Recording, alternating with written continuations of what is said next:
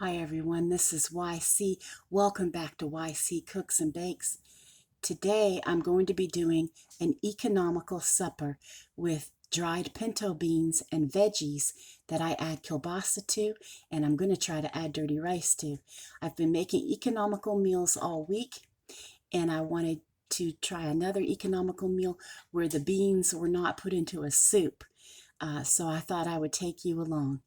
So the first thing that I started off with this morning was to cook the dried beans to make them soft. And I can tilt you forward so you can see in this pot. And the next step is to saute some veggies to go in it. So I'm going to heat oil up in a pan and I'll bring you back. Okay, I'm back. I have a frying pan here with some oil heated up in it, and I can move you forward so you can see it. There it is right here. And I'm going to add in like a third cup of chopped green pepper. This is stuff I went through the fridge. It's the day before shopping day, so I'm utilizing and using up what we have to make an economic meal.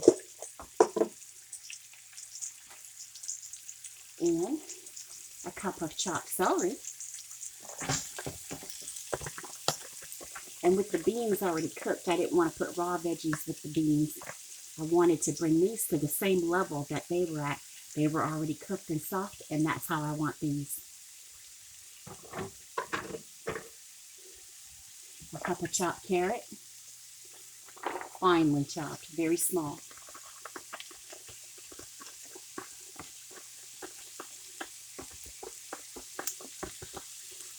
Okay.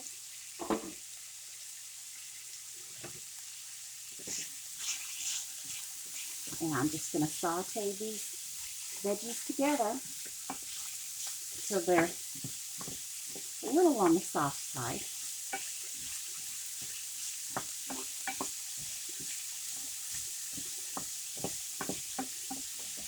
Yesterday we had chicken sandwiches and cream of potato soup. So we didn't want soup again today. And usually when I have dried peas or beans, I make soup, but we're tired of doing that. So I decided to try to make a nice meal by using the pinto beans in a different way.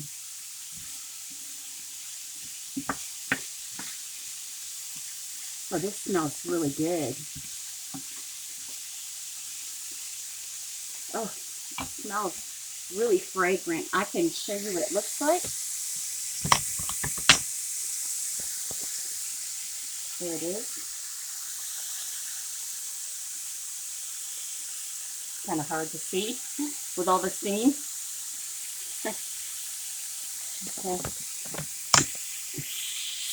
So I'm going to get these veggies a little bit on the soft side, and I'll bring you back.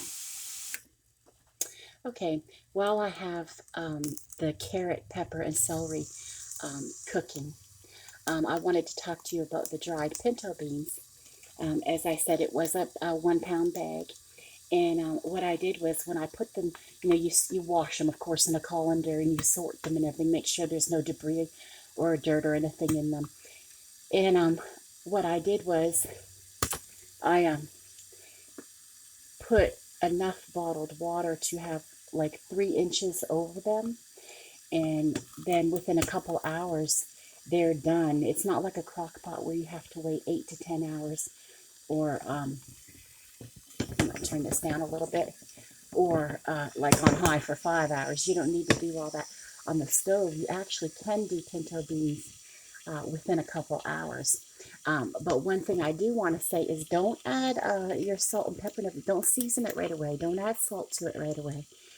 It actually slows the process of the beans turning soft. People think the opposite, but for pinto beans, you don't want to add salt right away because they'll stay hard a long time. And I just wanted to let you know that. So I am going to check on these veggies and I will bring you back.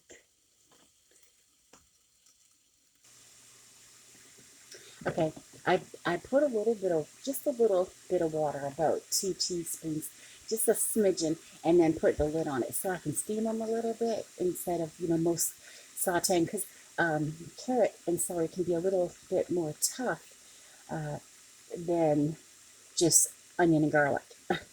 So, which I'm out of. Like I said, I went through the fridge and went through the cupboard and see what I'm going to put together for this meal. And I think I have a really good idea. I think this is going to be a winner and a keeper. I hope so.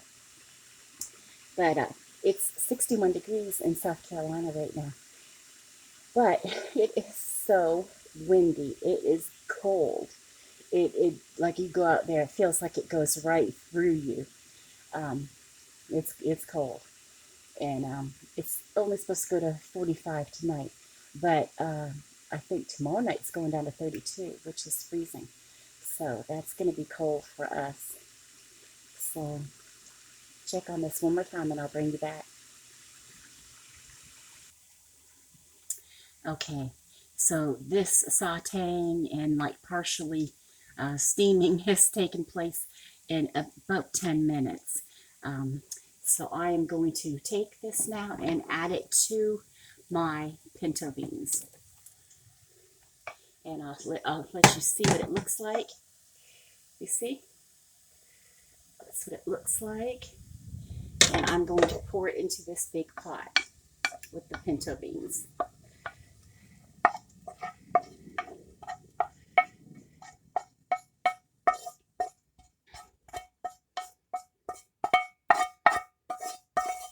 And I just used a little bit of vegetable oil because you can cook with it at a higher heat than a lot of your other oils. Okay. And now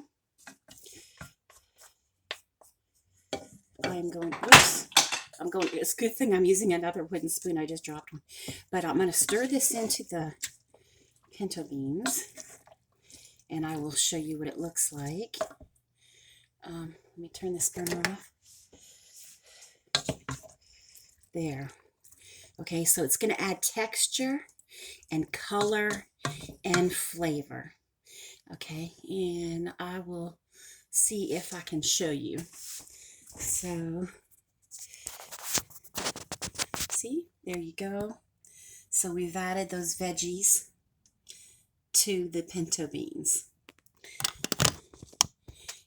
Okay, so now the next thing I want to cook and brown is my kielbasa. Let me get that wooden spoon. Throw it in the sink.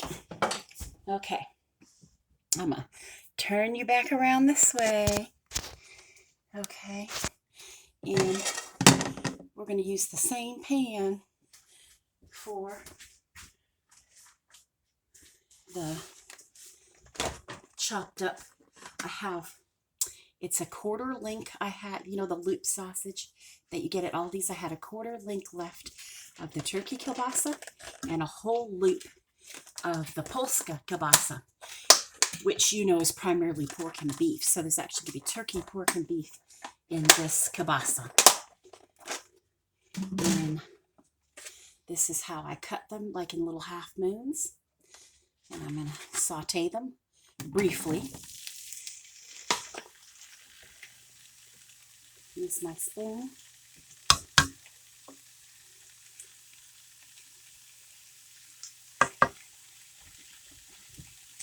Bella is keeping an eye on me because I'm sauteing meat now. For those of you who don't know, Bella is my German Shepherd. Okay. So this is what 1 1/4 loops of sausage look like in my pan. And by sauteing them, not only am I browning them a little bit, but I'm bringing out the flavor in them and getting them a little caramelized. So when they are in that great big dish, they won't get lost. They'll stand out and they'll be really flavorful and taste great. So I'm going to work on this and I'll bring you back. Okay, I'm done sauteing this. You can hear them crackling. We have definitely caramelized and browned some of the kielbasa, and you can see that in the pan. Okay, I am going to put this in our pot.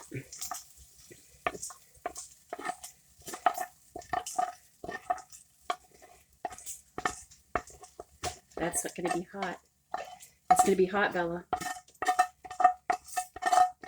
I had one that popped out of the pan on the floor, and she put it in her mouth.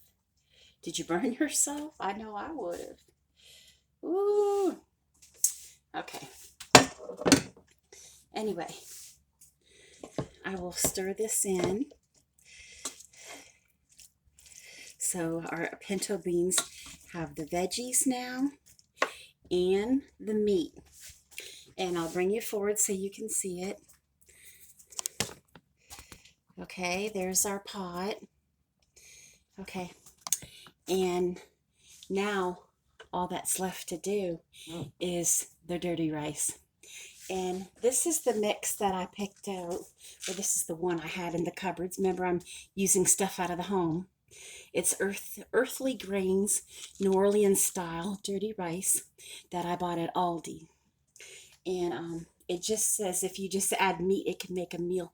But of course, I'm adding it to Pinto's veggies and meat. And it does say that you can add a teaspoon of olive oil, but with the amount of grease in the kielbasa and the vegetable oil, I sauteed the vegetables, and we're not going to need that, and it is optional. So we're going to just pour this in raw, but we're going to add 2 cups of water. It says I think it says 2.5 cups of water, but in my beans there's at least a half a cup of fluid. So I'm going to add in 1 bottle of water and this and the seasoning pack. And the only I'm going to use cracked black pepper, and the only sodium I'm going to have is probably from that pack. And if I find that it's not the right level of sodium, I will add a little bit of my Nor chicken broth, the bouillon. Sorry, that's a moto phone. Okay, so I'm going to pour this in a bottle of water.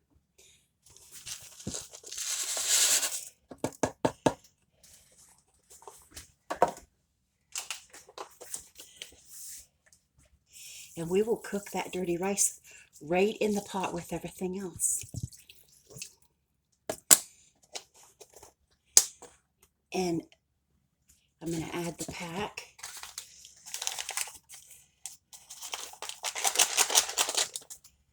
Use my kitchen scissors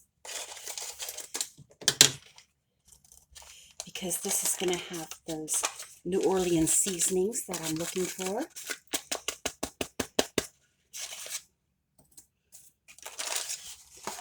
Little Cajun style there. Okay, and with this fluid, these veggies and meat, I'm gonna bring it up to a higher temperature and then put the lid on, per the instructions on the New Orleans box of the Earthly Grains. And then I will bring you back to plate it so you can see what my economical supper looks like tonight. Okay, I had brought it up to a higher temperature, and now it's going to be there for 20 minutes like that so that my rice can be completely cooked. And then we'll put it on a plate and see what it looks like. My husband's third shift, so before he went to sleep, he saw me put my hair up, and he said, "So you're getting ready to cook?" I said, "Yes."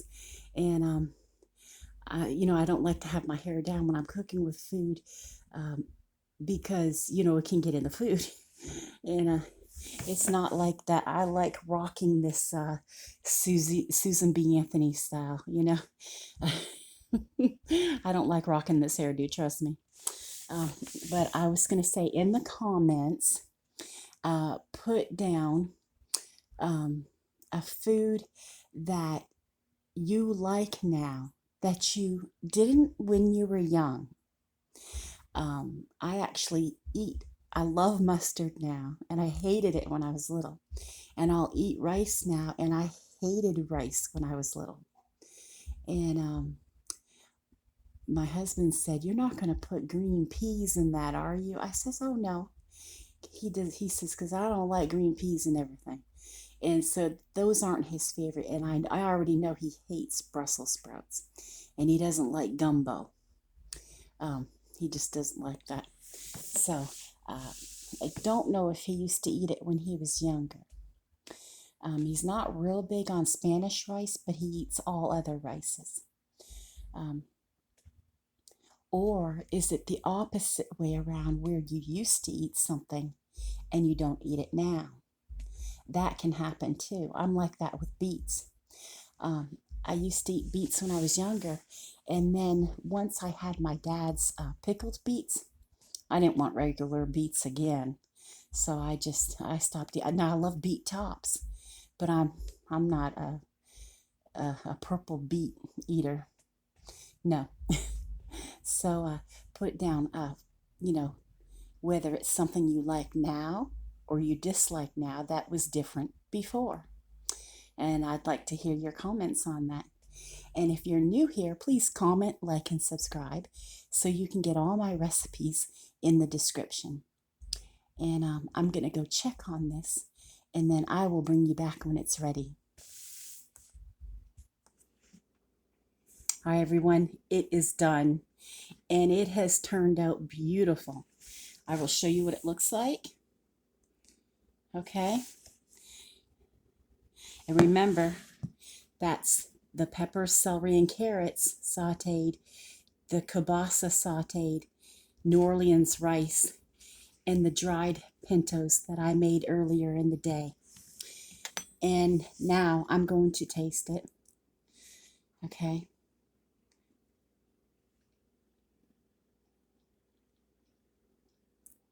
The rice is done. The flavor is amazing. It's packed full of flavor. This is really delicious. And this economical meal is a keeper.